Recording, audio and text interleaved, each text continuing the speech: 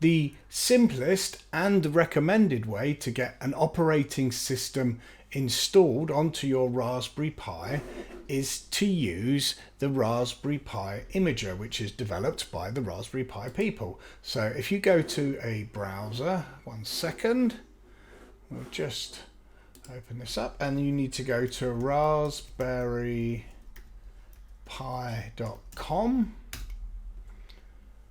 and if you go to software, yes, I got it, thank you, using the cookies, you'll get to this page. I will of course put this link in the notes. Now it's really simple. We're going to download the Raspberry Pi Imager application for Windows. Download for Windows, it's that simple. I'm on my Windows machine, there she goes, and we've downloaded it. If we then have a look in our downloads folder, there's the Imager app. Now it really is that simple. We will click on that. Yes, I do want to install that. Here comes the little installation program. Across the screen. I won't run the Imager straight away. I just click on finish. Excellent. I'm going to get rid of that. I don't need it. I can minimize that for the moment.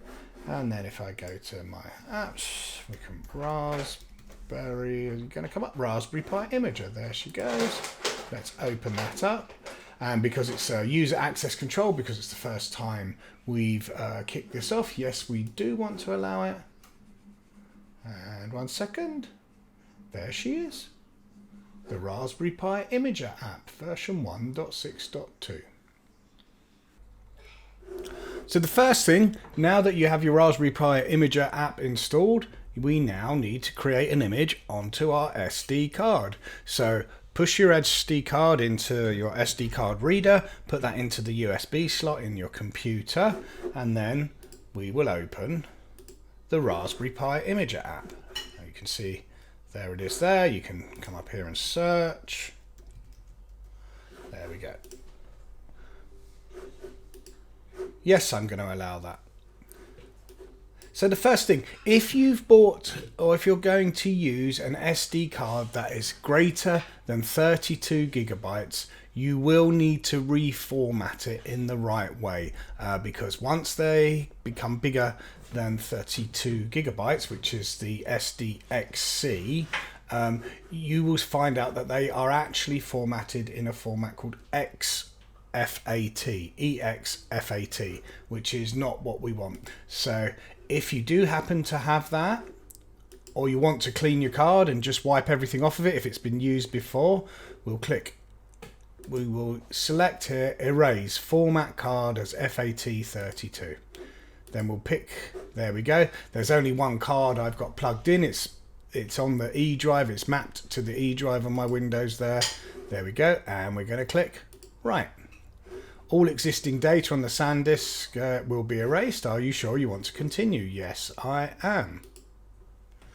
So it shouldn't be too long because I'm actually only using a 32 gigabyte here.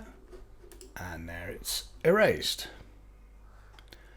Now you can see actually that it then reconnected itself as the F drive, just the next one along. So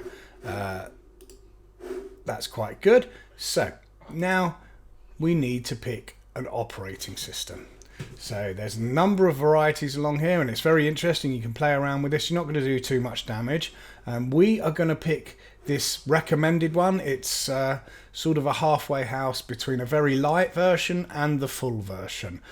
If we just see here, just to go through this, Raspberry Pi OS Other, you can see they have a light version which doesn't have a desktop environment. In other words, there's no windows like this. Everything is at the command line and you have to type in. Now this is really great for very small, lightweight installations or for people that really want to learn how to do typing at the command line. But for our interests, it's not going to be quite where we're going for the moment. We would like a desktop environment. The next one is the full desktop with recommended applications, and this has all sorts of extra stuff in it, but it's a little bit bigger. So we're not going to go for that this time. We may come back and do a comparison a bit later on. We're just going to go for this. So it's about 1.2 gigabytes versus the 2.8 on the full version. So it's really good, and this will be fun for us because then it'll have the main stuff in a window sort of system, a desktop system with a graphical user interface. We'll be able to use, but it won't have too much stuff on there, and we can add other stuff as we go along. All of the stuff is all installable, so we can pick and choose what we want to add extra. So we'll select that as the operating system.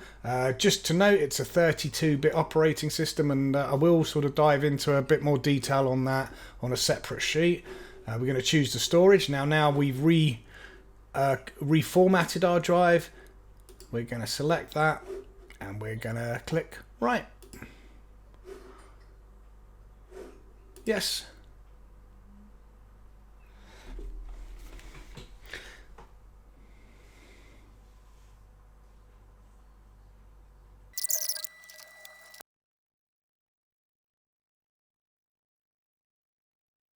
And there we are, nearly finished.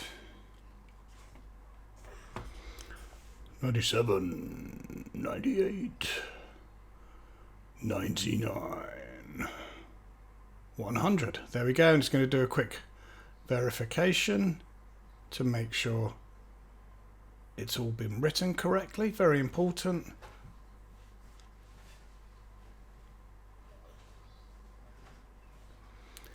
We will be doing a small offshoot as well about the different types of formatting of discs. So those of you that are interested in learning a bit more sort of computer science stuff, there will be a separate lesson as a sort of little side thing.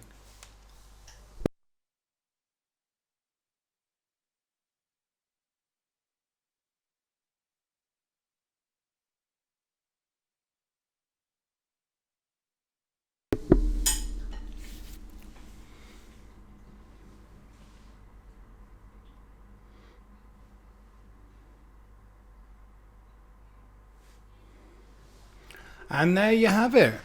Raspberry Pi OS, the 32-bit version, has been written to the SanDisk. You can now remove the SD card from the reader. Continue. So that's it really. We can close that down there. That's it. The disk has now been imaged. There is a nice fresh image of Raspberry Pi, the operating system, on the SD card. So we're ready now to take the disk out of this computer and put it into our Raspberry Pi and boot it up.